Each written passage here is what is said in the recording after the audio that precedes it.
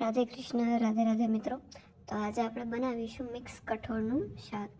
તો સૌથી પહેલાં આપણે જે આ કઠોળ લીધું છે કે મગ છે, મઠ છે, વટાણા છે, દેશી ચણા છે, છોલે ચણા છે, એ બધાને આપણે પહેલાં આગલા દિવસે રાત્રે પલાળી લીધું હતું.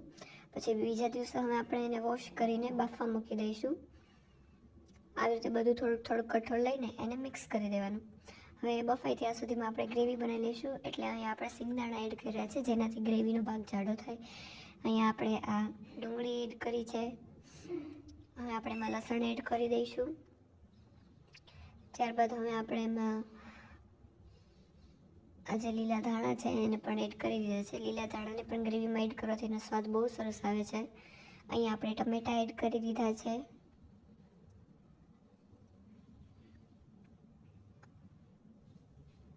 અહીં આપણે આ બધું છે એ એકદમ એડ કરી દીધું છે.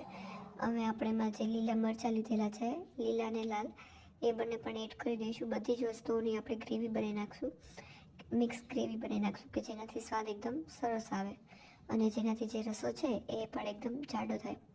હવે ગ્રેવી બનાવવા માટેમાં આપણે થોડું પાણી એડ કરી દીધું છે. હવે આપણે એને બંધ કરીને ગ્રેવી કરી નાખશું.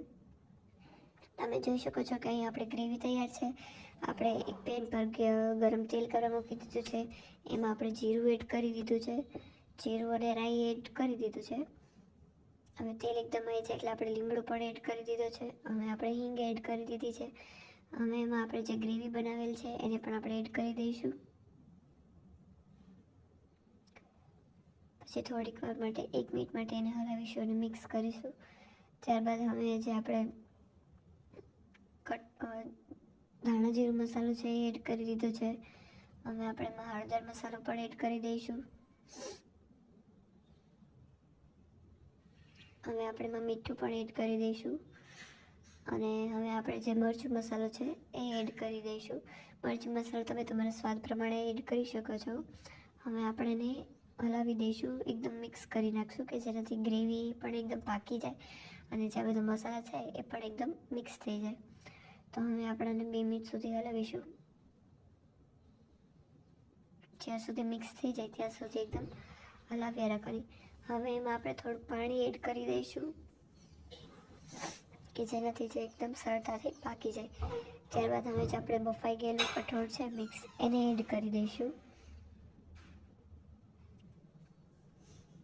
અહીં આપણે આ બધું જે કઠોળ એકદમ બફાઈ ગયું છે એને આપણે હવે એડ કરી દીધું છે.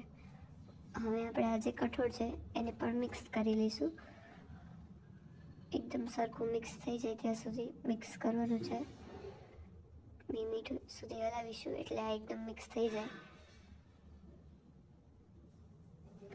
તમે જોઈ શકો છો કે એકદમ મિક્સ થઈ ગયું છે.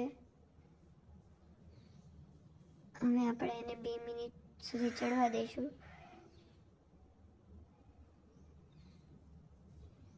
આ એકદમ મિક્સ થઈ જાય એટલે જો આ આપણું એકદમ રેડી થઈ ગયું છે. આમાંથી ઉપર આપણે થોડોક લવિંગ બાદિયાનો મસાલો બનાવીને એડ કર્યો છે અને અહીંયા આપણું શાક એકદમ રેડી થઈ ગયું છે. તમે જોઈ શકો છો કે આ શાક એકદમ હેલ્ધી પણ છે અને બહુ સરસ લાગે છે ખાવામાં પણ. તમે પણ એકવાર ઘરે આ બનાવીને ટ્રાય કરી શકો છો. જો મિત્રો તમને અમારો આ વિડીયો ગમ્યો હોય તો વિડીયોને લાઈક, શેર, કોમેન્ટ અને ચેનલને સબસ્ક્રાઈબ કરવાનું ભૂલાય નહીં. રાધે કૃષ્ણ.